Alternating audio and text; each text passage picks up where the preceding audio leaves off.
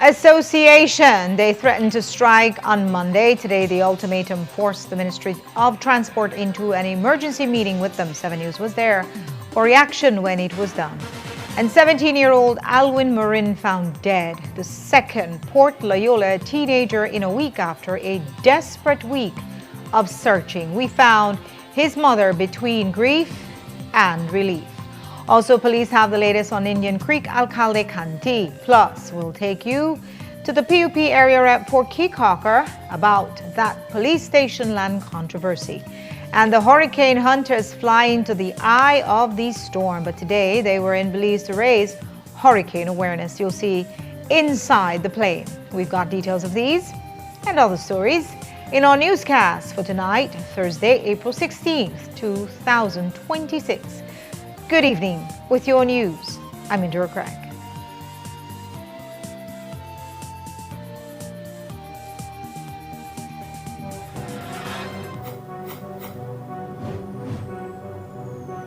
Belize, you're watching the Nation Station, Channel 7.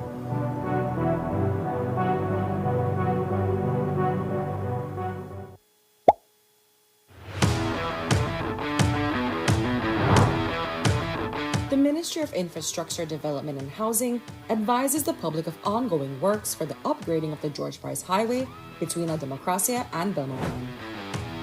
A contract was signed for the civil works to reconstruct this segment of the highway, and the project is expected to be executed over the course of the next 3 years.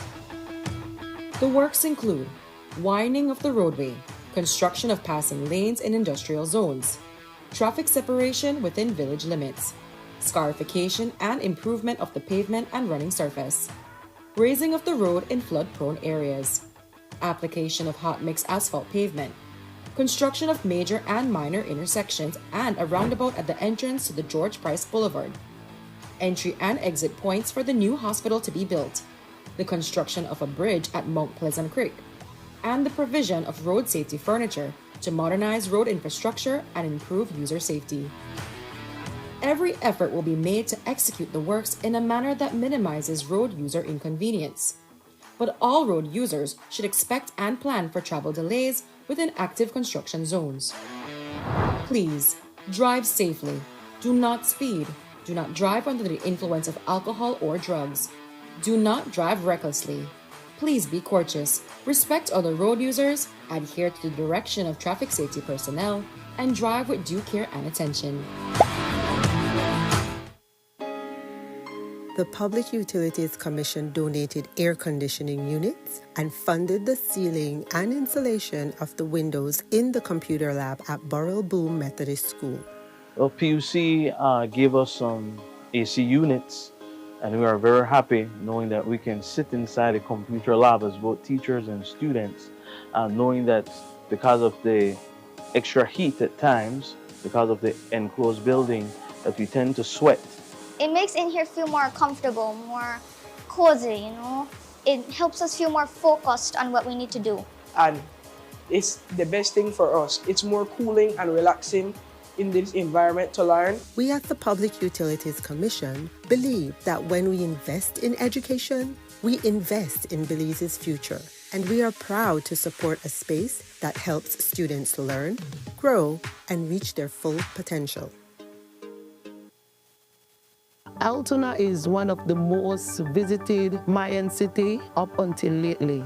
The adjacent communities have collaborated together to see how they can get a space here that the wood carvers could actually market and sell their product. Not having the POS machine in the past, we have lost a lot of sales. Atlantic Bank helped supported our business, giving us the opportunity to get the POS machine. Now with the POS machine, we are able to do more sales, and that will, also bring more, finance to our families. Atlantic Bank, building the future together. Nando's Wholesale is the distributor for the full line of Badia spices, including the original complete seasoning. the perfect combination of ingredients and spices prepared to enhance the natural flavor of your favorite foods.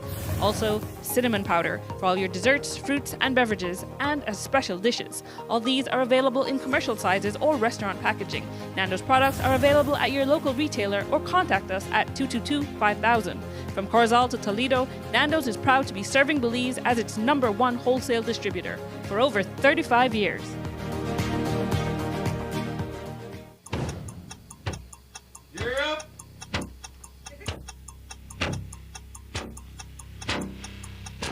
These charter mints aren't We're navigating along the coastline. This morning, the 2023.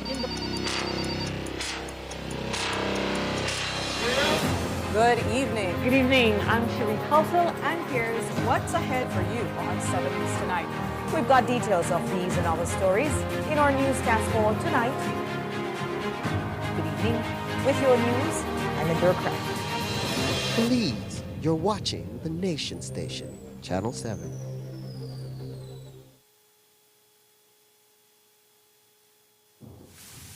I have the biggest constituency in the country of Belize.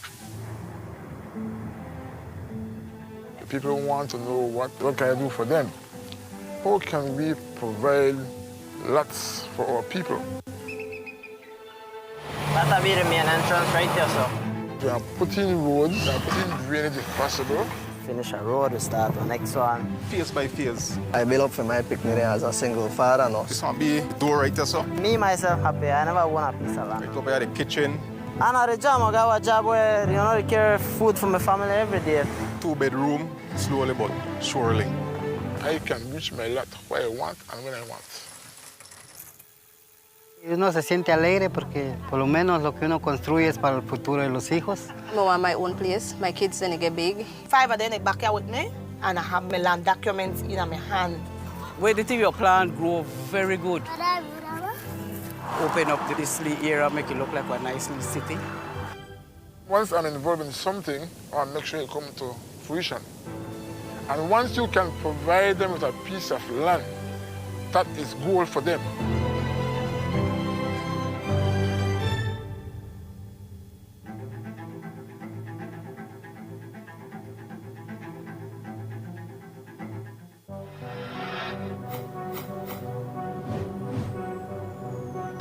Please, you're watching the Nation Station, Channel 7.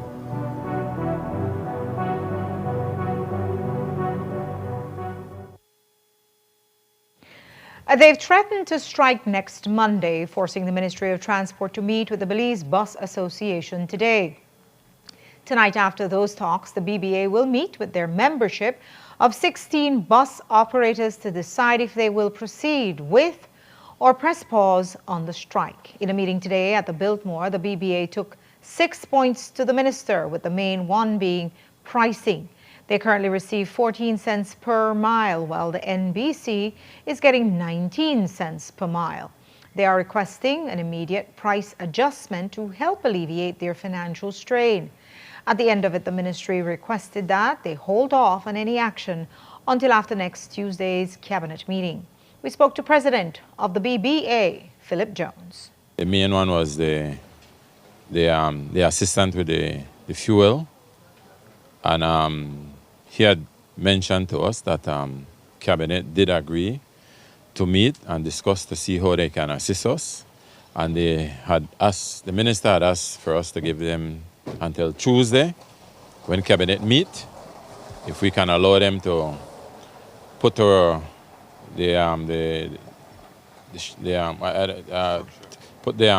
strike and pause until cabinet meet Tuesday.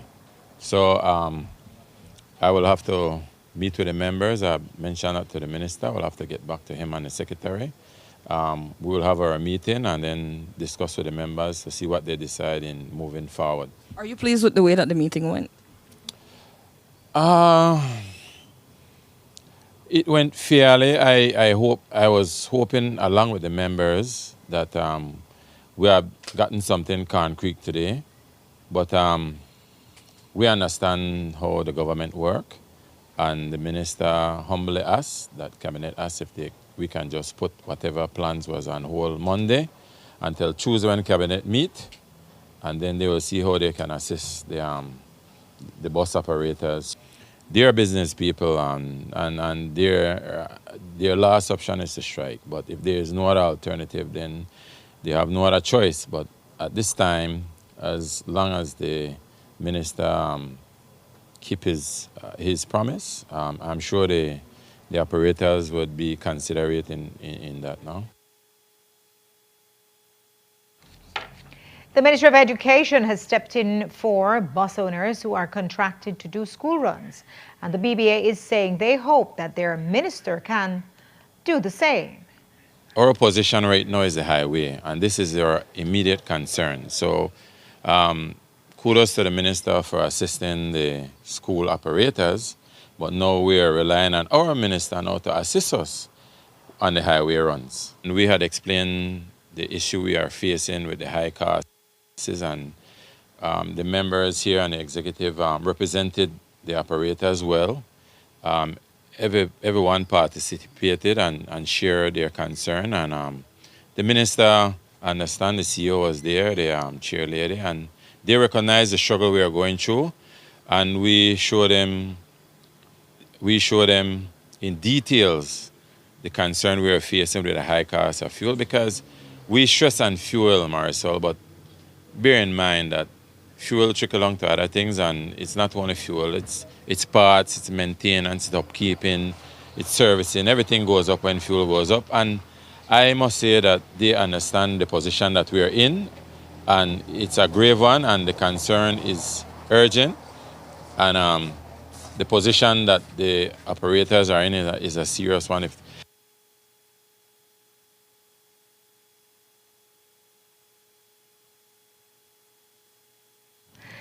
The BBA is expected to meet tonight to make a final decision.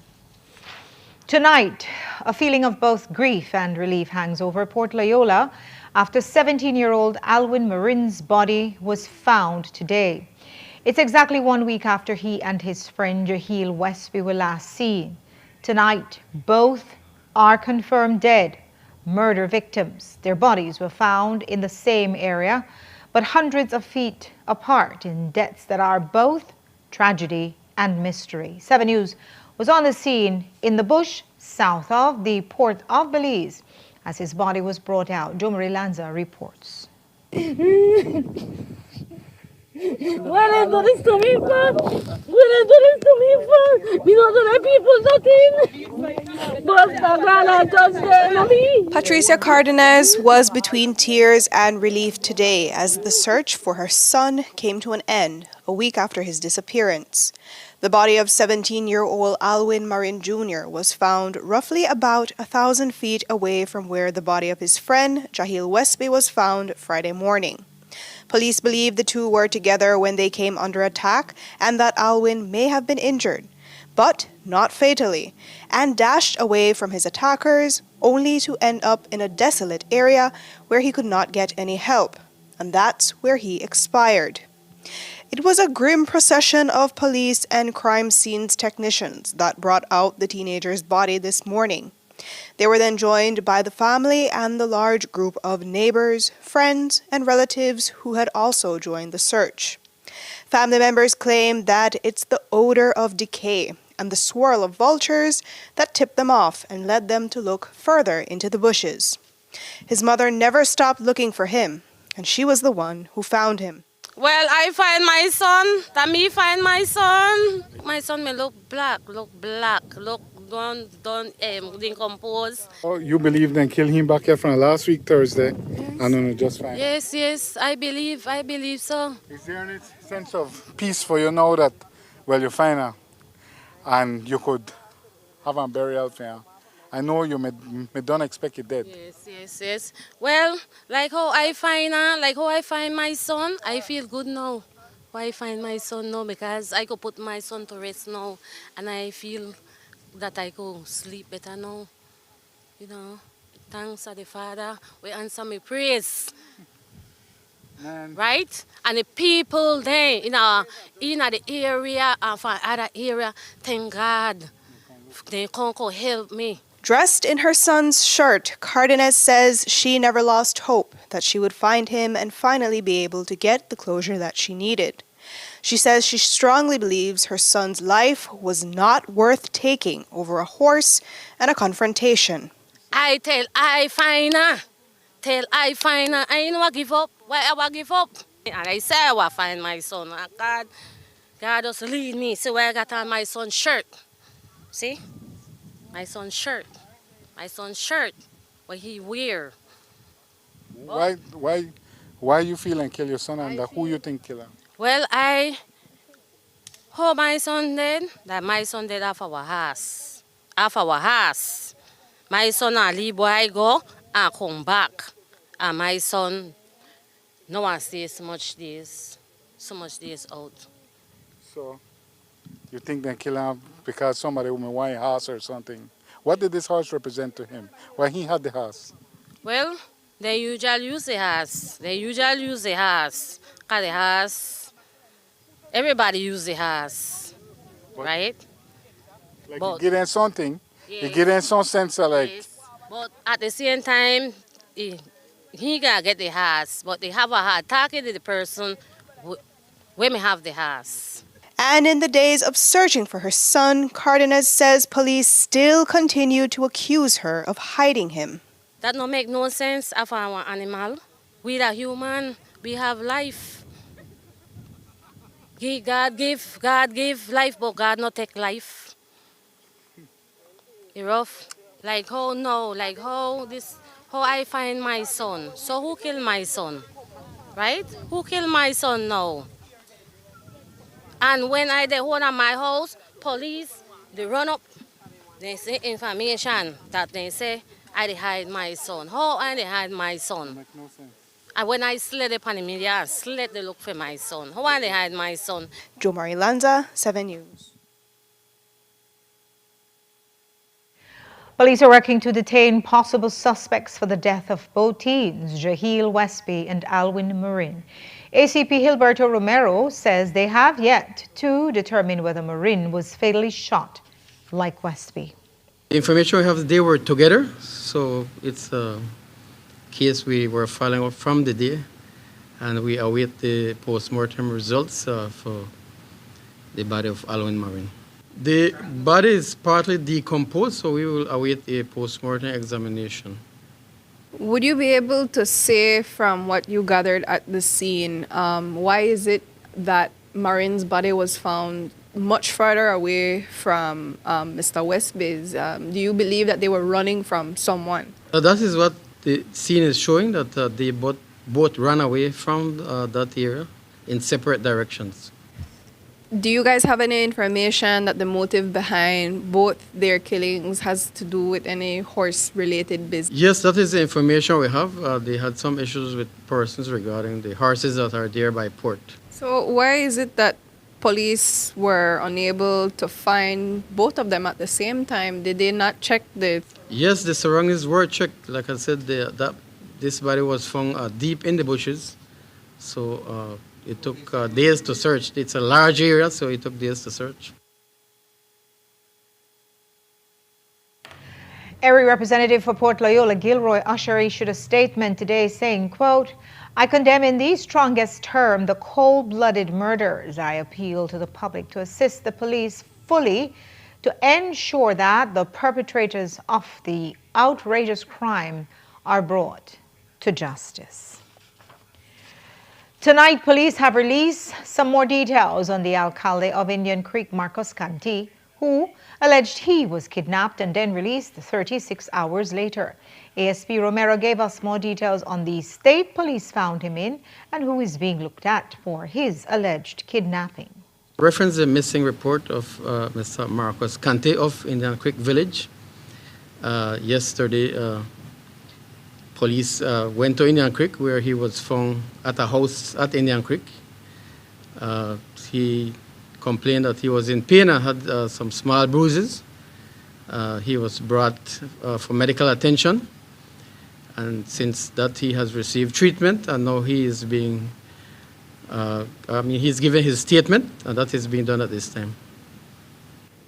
Based on the information that you gathered from Kante and the injuries police observed, can you guys say that he was forcibly taken, that he was indeed kidnapped? We are carrying out a thorough investigation, and so we will have all the facts when his statement is concluded today. So that is all I know at this time. We had several persons that were detained from Indian Creek. They were interviewed, questioned, and released. And then we have one more person, and then he's being interviewed likewise, but so far no one has been charged, and we will await that statement today and see where we go from there. If we have sufficient evidence to charge anyone, it would be the injuries caused to him and kidnapping. We take a break now. When we come back, while most are heading for cover, they're heading for the eye. We take you inside a hurricane hunter that visited Belize today. Don't go away.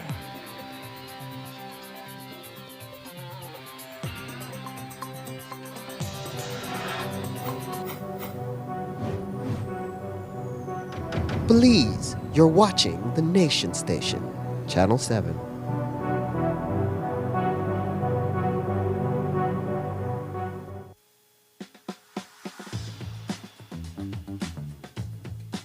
This is a Jack X200. This is a very recommendable vehicle. Storage capacity to the max, right? Fuel efficient, easy rider, AC not a play, the pump, comfortable, and it carry me to all my destination. I can count on Jack to take me and my packages where I need to go. I recommend it anytime. We're the best from the West.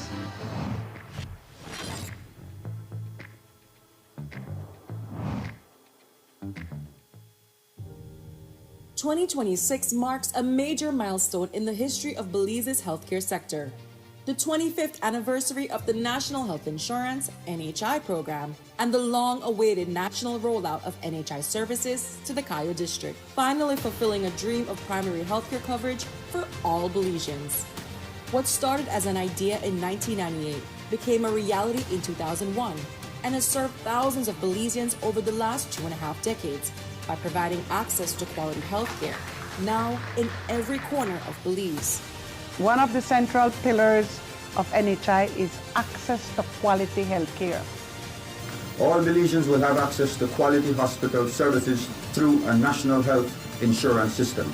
It's a milestone that the whole country and all of the people of Belize, anyone who has a social security card, it's minimal out-of-pocket expenses, it's high-quality primary care. It allows almost all the population then to have the same level of health care wherever you are. In 1998, the then Honorable Said Musa convened a group of us to work on the manifesto, and then a group of people in the medical field, and started brainstorming of how we could better healthcare for Belizeans. The beginning can be traced to a study done by Cambridge Consultancy, where they produced a document on how to improve healthcare in Belize. One of the features of that study was the proposal that we have national health insurance. As a matter of urgency, we will radically transform Belize's health system to ensure equitable access to quality health services. It took a lot of courage to implement and begin the NHI. Prime Minister Musa made the bold decision to implement it. So with a clear plan and vision for the future of Belize's healthcare sector, the NHI program was launched in Belize City's south side as a pilot project on August 9, 2001. For the next 6 months, the 37,000 residents living on the south side of the Belize district will be able to receive free health care. Prime Minister Said Musa, who cut the ribbon at today's opening, remains firmly committed to NHI. But it will involve, as you no doubt have heard, the participation of 4 primary care facilities, 3 eye care centers, 5 pharmacies, laboratories, and 3 imaging centers in a new partnership between the public and private sector health providers. You can walk into a primary care provider clinic. You can seek a consultation with a general practitioner. If in the event that you need a prescription, they will give you a prescription, and then you have a choice of 5 pharmacies where you can get that medication prescribed free of charge. And though the NHI embarked on a journey to transform the country's health sector, it was met with its fair share of challenges. It was a new concept. It was a new idea, a very, very new concept. It was difficult. We met resistance from everybody. It was a up and down situation for many years until we finally convinced the Prime Minister at the time we needed to do a pilot project to see how it would function. We got consultants and we started the pilot project in the south side of Belize City. Despite any prior reservations, in the 25 years that have followed, NHI has grown from a pilot project focusing on the south side of Belize City to a national health plan felt as far and wide as Pachacan in the north and as deep south as Dolores in the Toledo district. Today, NHI provides invaluable primary health care to some of Belize's most vulnerable members of society. And as it commemorates 25 years of service and a full national expansion, NHI is ready to move into the next phase of service to the Belizean people, with over 225,000 residents currently registered to the program and expectations for that number to reach over 300,000 after full national coverage. We have 80,000 people with valid social security cards in the Cayo district. So we expect them to be the ones that will come to register for NHI. Under this current administration, the NHI program has reached new heights, especially with financing from the proceeds of the sale of Bolido to the Belize Government Lotteries Limited. And with no plans to slow down anytime soon, the sky is the limit for NHI as it endeavors to serve Belize for another 25 years and beyond. The expansion at 25 years is awesome. It marks a milestone. I believe it's going to be a legacy of the PPP government in their effort and their endeavor to give quality care, access to care, and ensure that the people of Belize have what they deserve in terms of medical care. Well, it's a milestone that the NHI is celebrating 25 years this year, 2026. Now that we have achieved this so far, I would want, or my vision would be that the same applies to secondary health care, that it be extended into the hospital services countrywide. And I hope it doesn't take another 25 years for that to happen. The role of the social security system will be expanded to increase its contributions with the establishment of a national health insurance program. I think NHI is forever. It's not gonna go. It might change. It should change. Our communities change, so the way we serve them has to change. But the concept of NHI, the concept of having universal coverage of primary health care for our Belizean people is here to stay. NHI, an enabler of quality health and wellness for all.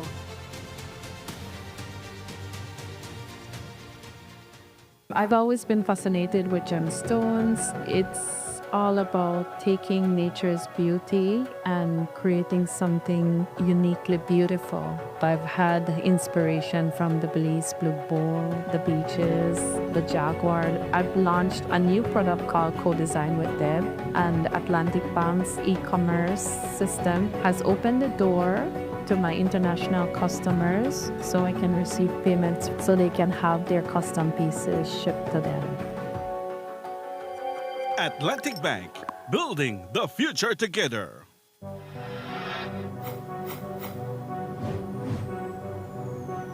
Please, you're watching the Nation Station, Channel 7.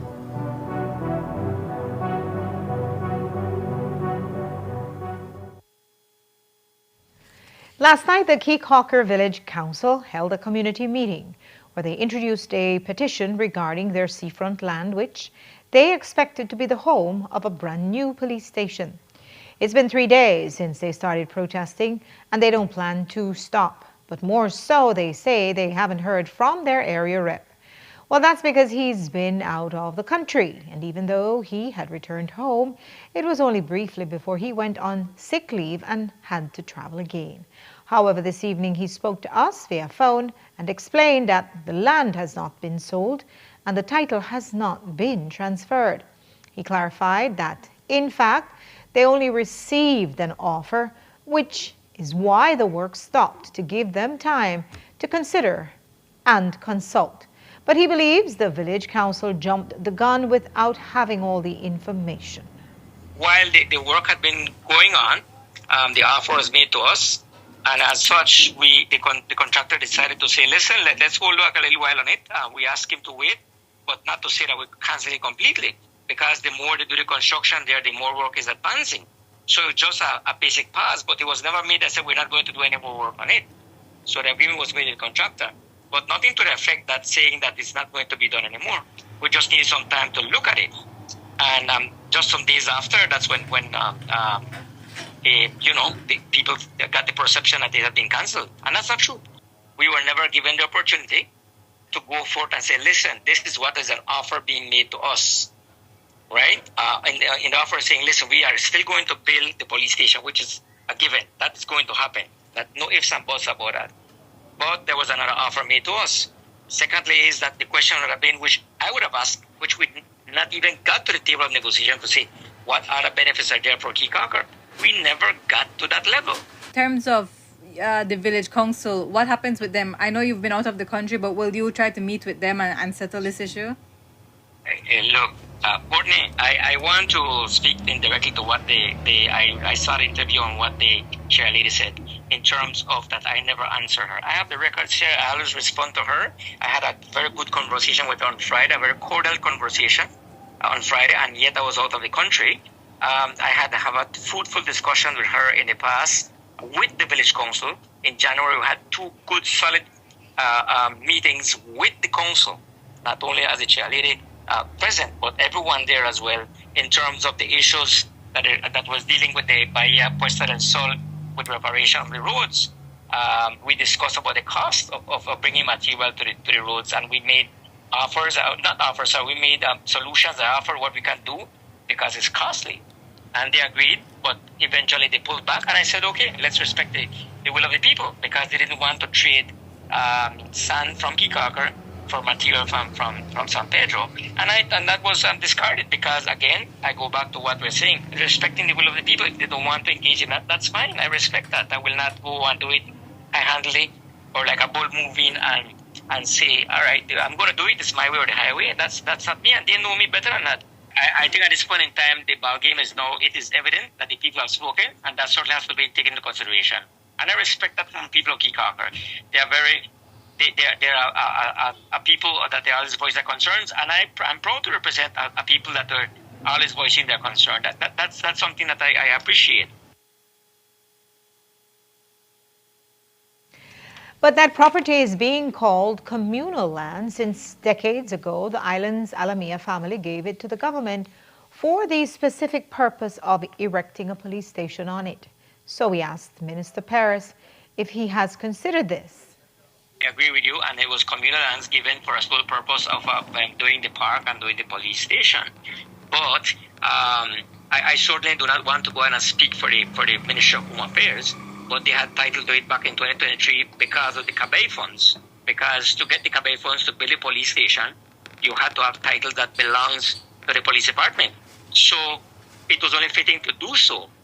And so, although it is communal lands, the Ministry of Home Affairs, I thought that they were just making a good move to do it in the interest of the police department, and as well looking at the benefits of the community of Keycocker. That is all. So at some point in time, it got misinterpreted with communal lands. But it certainly was not meant to be to just ignoring that it actually came as communal lands as something that was given to the community. But even though if you want to say that, Courtney, we have never gone beyond that part. That still remains communal lands. Yes, it belongs to the government of Belize. It belongs to the Ministry of Home Affairs and the police department. And that's where we're at right now. That is still the people's property. Paris added that he plans to speak with the village council today. It is the most dangerous office in the world, 10,000 feet up, flying straight into the heart of a gathering storm. That's the job of hurricane hunters, the Air Force storm reconnaissance planes that provide the storm data the entire region relies on. Today they visited Belize as part of a Caribbean awareness tour hosted by the National Med Service. Jaleesa Roberts attended the ceremony at the PGIA and went inside the mighty aircraft to get a feel of what it's like. Hurricane hunters. These are the massive U.S. Air Force aircrafts that go into the heart of hurricanes to see storm walls both sublime. Good God. And scary. I'm gonna grab my phone real quick. Yeah. Well. Damn. Tonight, the WC-130J Hurricane Hunter, known as Super Hercules, is in Belize but not to hunt a storm. Instead, to create public awareness about how what they do at 10,000 feet in the air provides critical data to save lives on the ground in Belize and throughout the tropical storm belt. It's a part of National Hurricane Preparedness Week, and with hurricane season 49 days away, the Minister of Disaster Risk Management says that this should be inspiring. This is really about inspiring the next generation of Belizean scientists, pilots, meteorologists, engineers, the young people that are going to be touring this aircraft for the rest of today. I'm really hoping that out of that, they can really be inspired to study science. Belize is one of the 3 stops that the Hunter and its crew are making in this region. And we spoke with one of the pilots, who has over 100 hurricanes under his belt. He told us what it's like. I got hired in 2009, and then you go through a couple years of training as far as officer training school, and then pilot training, and then you have to go to specialized C-130 school. And so we're trained just like all other C-130J pilots, and then when you get back to the unit, you do a little bit more specialized training for the weather mission. Your first couple seasons, you fly with an instructor pilot and people who are a little more seasoned than you, and so all the hurricane stuff is special training specific to within our squadron. One would think that being 10,000 feet up in the air is an awesome and fearsome eye of a hurricane would be vulnerable space. But Menser says he's never seen anything go seriously wrong. Not significantly. I mean, obviously, you have lightning strikes and hail and stuff, and you can probably see some places where some of the paint comes off. We've had a hydraulic leak during a storm, but I've never had, knock on wood, I've never had anything seriously go wrong with the airplane in the storm. We can really operate out anywhere. So during storm season, we are kind of obviously get our plan from the National Hurricane Center, and every day, the next day, we can send 3 airplanes out to St. Croix. We can go to Homestead, Miami, anywhere up the East Coast if there's something out there. We can actually touch storms that are going to affect Bermuda from Keesler, obviously Hawaii too. We need a little bit of lead time to get to Hawaii, but basically we can kind of operate out of anywhere. The plane we saw today was only one of the 10 Hurricane Hunter crafts, and they form an important part of the information network shared with the National Hurricane Center and Belize's Met Office.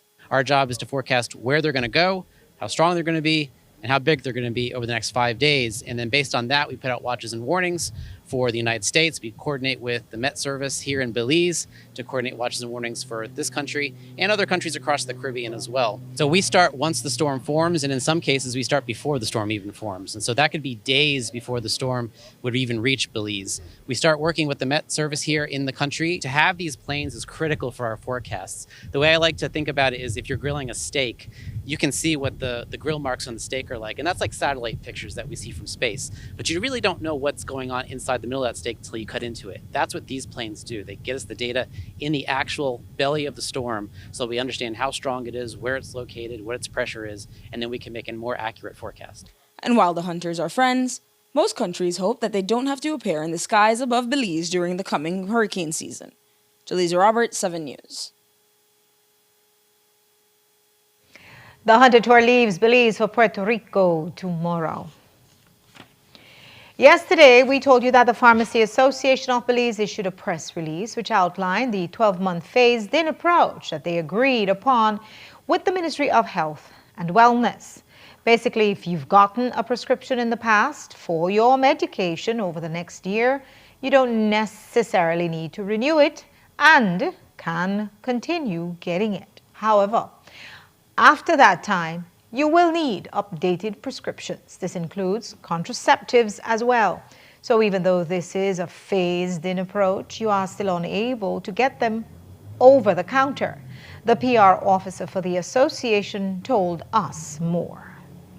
During this 12-month transition phase, they will be able to obtain their medications without a prescription, but the pharmacist is going to emphasize, re-emphasize, and drive home the fact that the day will come when you will need these medications, you will have to have a doctor's prescription. When it comes to prescription medication, the patients and clients have been able to get it because they have been known to be using those medications. So they did not require a prescription. But for somebody to walk into a pharmacy or talk to a pharmacist and say, check my pressure this morning, my pressure may high, where you could give me. It doesn't work like that. What do you tell your members when they have to deal with a situation of somebody who's on birth control or somebody who desperately needs these medications and they're in front of the pharmacist begging, like, I really need this, I can't get a prescription, these things are fluid in my life and whatever. What do you say to your members in a situation like that? As a pharmacist, it doesn't take the enforcement of these laws for us to pick up that role. We are teachers, we are counselors, we are lifelong learners, we are decision makers. So we have to use our initiative, right?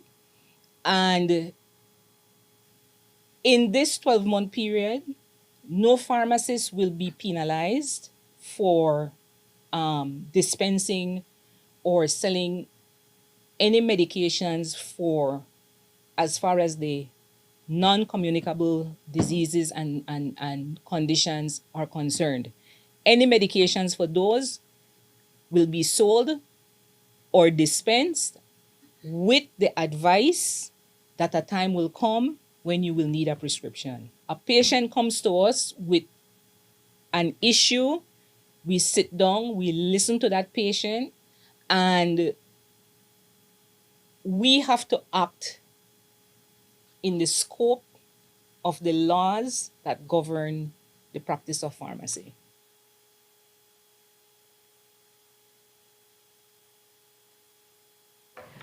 But as you've seen, there was plenty of backlash with this new regulatory enforcement, particularly as it relates to contraceptives. Coleman says she expected it, but she believes the pharmacists will be able to navigate it. I expected the backlash because for many decades, we have been able to walk into a pharmacy and to buy contraceptives over the counter. From the meeting that we had with the Ministry of Health and Wellness, we voiced this concern as patient advocates. We voiced this concern, and it is something that is open for discussion. And the ministry has committed to meeting with the association on a quarterly basis for us to discuss issues like this. The enforcement of these regulations also bring up the conversation and the dialogue of expanding the scope of a pharmacist because of the geography of our country. We have many rural areas that are not where a doctor is not readily available or accessible. And so we have, as the system stands right now, we have community health workers, we have rural health nurses, we have public health officers, we have different areas of the health system that are present in these rural areas. But in many cases, doctors and pharmacists are not accessible. So enforcement of these regulations now opens the dialogue of expanding the roles of pharmacists.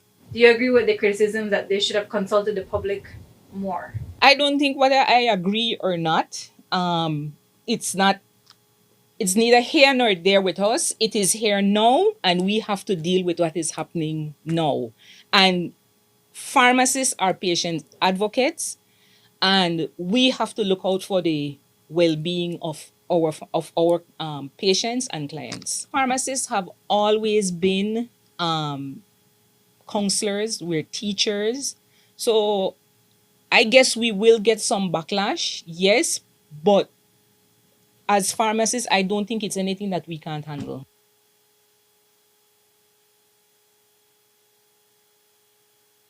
We'll take a break now. When we come back, is a member of the all-important Public Service Commission unlawfully appointed? Well, that's what we asked the minister today, and you'll hear his answer. And we'll talk to an award-winning Caribbean filmmaker who's visiting Belize. Don't go away.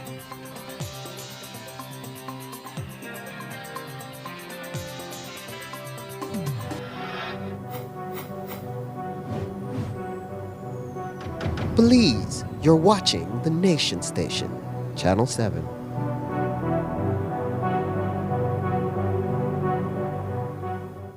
Champion security, champion security, champion security.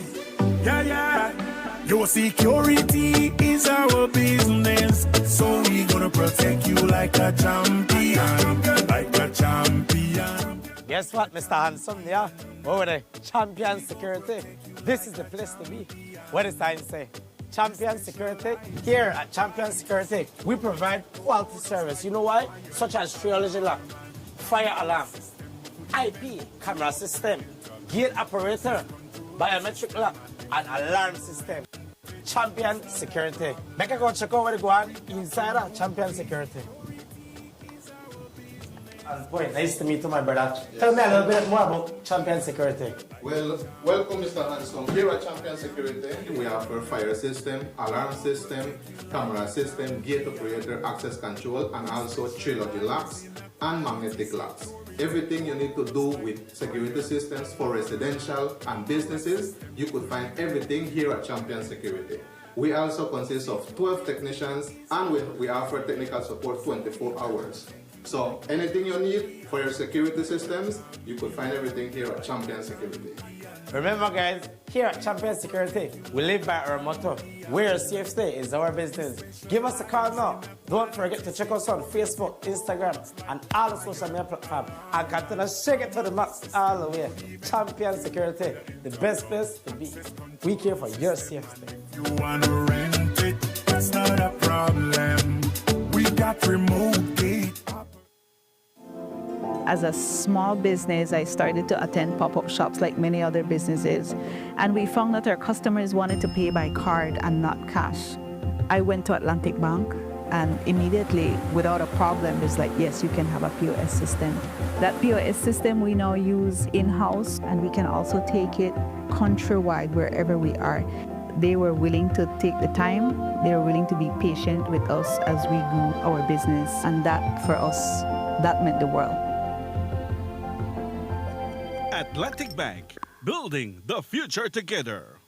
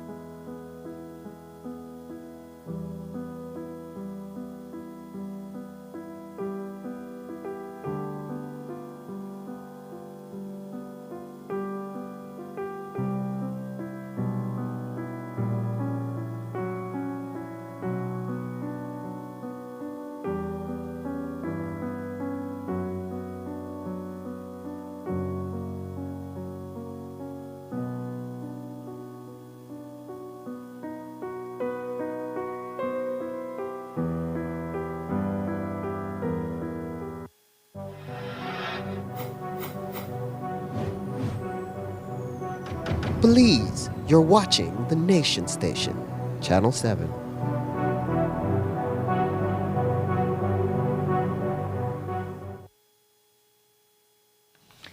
The Belize Public Service Commission. It's a constitutionally established body which presides over the entire public service from recruitment to discipline to termination of public officers. Because of its broad powers, the 6-member body has an entire section of the Constitution dedicated to it, Section 105(1).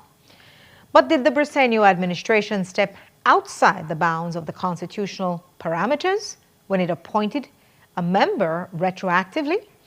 We asked the Minister of the Public Service about it today.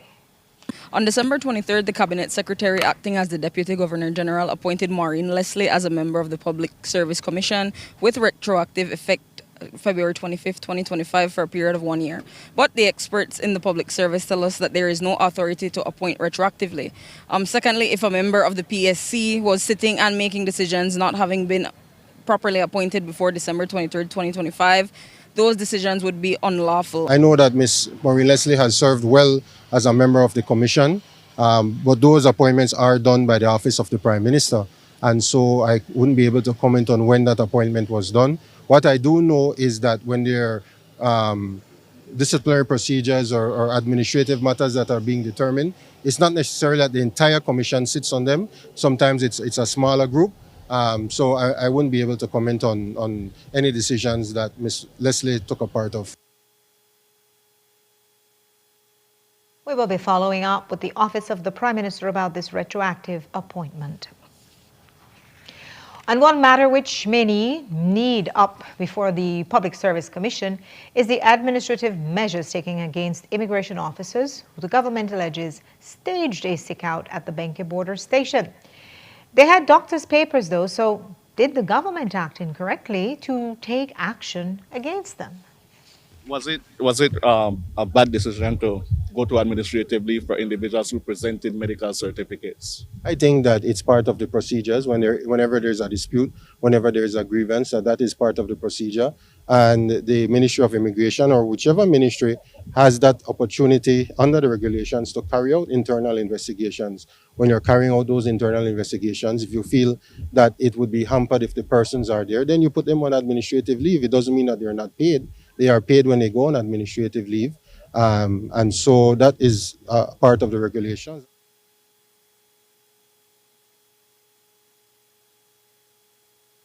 Is the increase in fuel prices slowing down the public service? We know that government departments operate with fuel quotas, and because of the sky-high price of fuel, have to cut back on operations because the monthly budget gets blown faster than usual.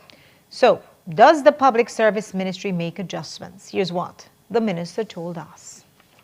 Certainly. I mean, it's an additional expense to departments, to ministries. Fuel expense is an additional expense, so we have to be able to budget for that. When we created or prepared the budget, there was a proposed or projected expense when it came to fuel. We know that is probably going to go up now because of the additional costs. We have to factor that in going forward with the projects and the services being provided by whatever department or ministry.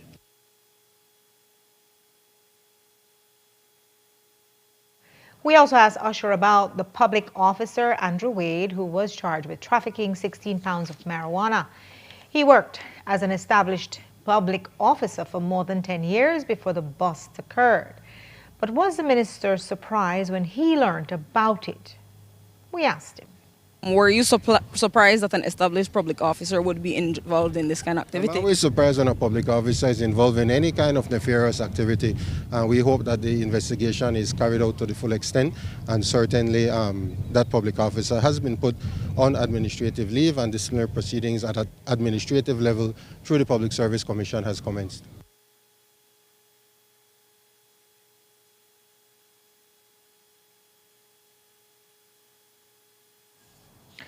On Tuesday, we told you that the public service will now be using biometric scans across government offices to determine attendance and punctuality. We also told you that it seems it was implemented before the officers knew about it. This led to the PSU raising several flags. One, is whether the data is being kept safe, and the other was the contract to provide these biometric services put out to tender. We know it's being outsourced to a company named Neo People, but do they have access to public offices' biometric data? Here's what Usher explained. Well, yes, we spoke about this the last time, but it's very important that however that data is being managed, whether it is outsourced to an organization such as Neo People or whether it is in-house at CETA or where the confidentiality of that information is critical. So we did a lot of homework when it came to Neo People. We made sure that their ability to store this information was able to protect the data for the public officers. And we feel confident that they do have that capacity. Of course, as you know, there are always digital hackers out there. I think BTL sent out a release some time ago saying that they get thousands of attempt security breaches of their data information. Same thing happens with banks, financial institutions, social security. So the firewalls that are put in place, the protection of that data is critical. And, you know, we're always making sure that that is at the highest level possible. The concerns that public officers have about their data, about the performance appraisals, about their P files is one that has been ongoing, even with the physical files, because oftentimes those physical files are stored externally because there's no space in particular ministries. We've heard stories of them being stored in storage containers.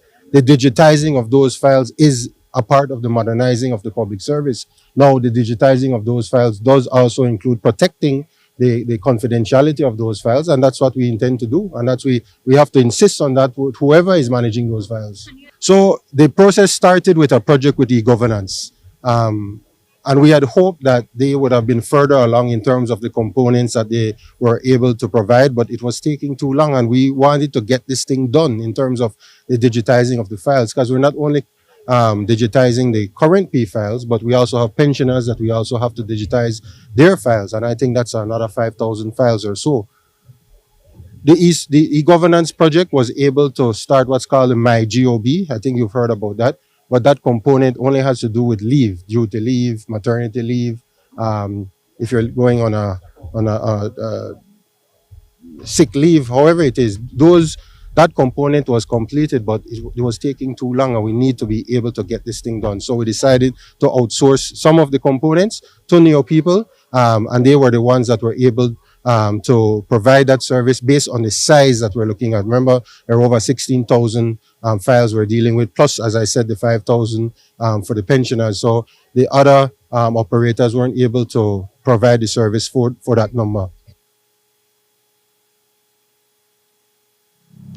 And while public officers will now be tracked using biodata, what about elected officials? They have to make integrity commission filings, including mandatory sworn declarations of assets, income, and liabilities submitted annually. So, did the Public Service Minister make his? Here's what he said. Up to date, and I was on time. The Integrity Commission filings are due on March 1st. Of each year, so I was on time. I didn't have to ask for an extension. I know Tongue and City Councillors have to also submit filings, elected representatives, members of the Senate, and their families. I have to submit one for my wife as well. I think that the law, the legislation is there to hold public officers to account. Remember, this is to look at it is part of the good governance for elected officials to make sure that they produce these filings every year, and it has to be done on time. We know in the past, certain persons did not submit these filings. They had to ask for extensions.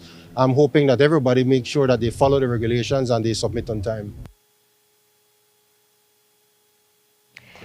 The Belize International Film Festival is hosting a 2-day Caribbean cinema event at the Banks Resort starting tomorrow.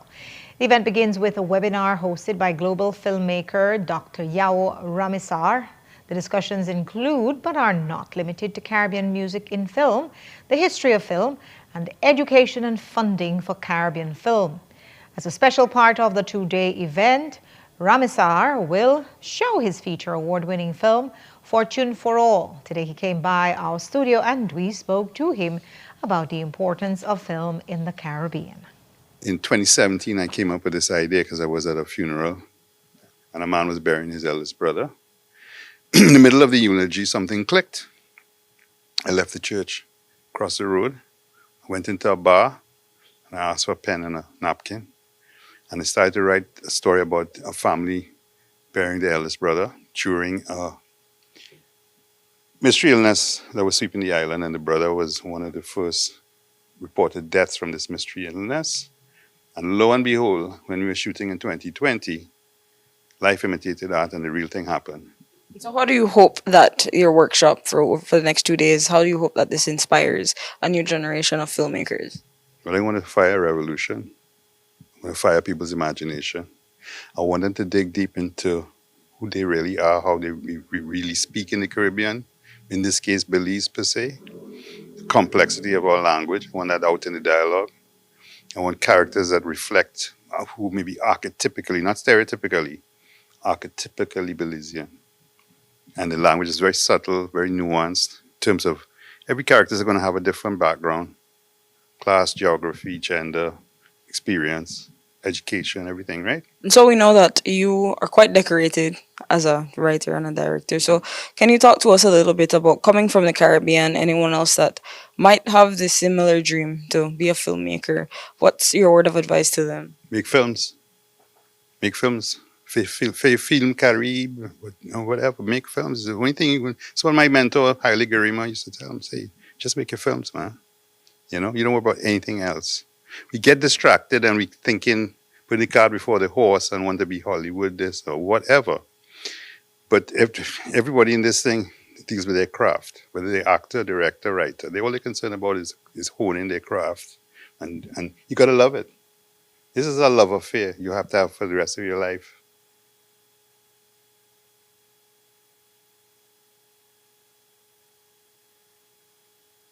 Anyone wishing to participate can register via the Belize collection.